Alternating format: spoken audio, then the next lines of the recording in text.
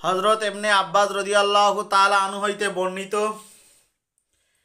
তিনি বলেন, নবী করিম সাল্লাল্লাহু আলাইহি ওয়াসাল্লাম বসে আছেন।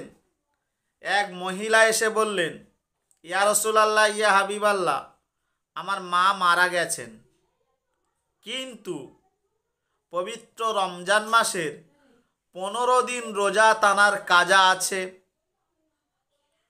নবী করিম সাল্লাল্লাহু আলাইহি ওয়াসাল্লাম বললেন, এই ঋণ তোমাদের পক্ষ হইতে আদায় করে দিতে হবে, কাজা আদায় করে দিতে হবে। যদি কেউ কাজা আদায় না করতে পারে তাহলে কিন্তু 60টা ফকির খাওয়াতে হবে। কাজা আদায় করা মানে একটা রোজার পরিবর্তে 2 মাস রোজা রাখতে হবে,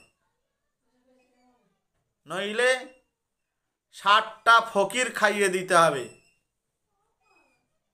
আর নইলে একটা আরবি গোলাম খরিদ করে তাকে আজাদ করে দিতে হবে।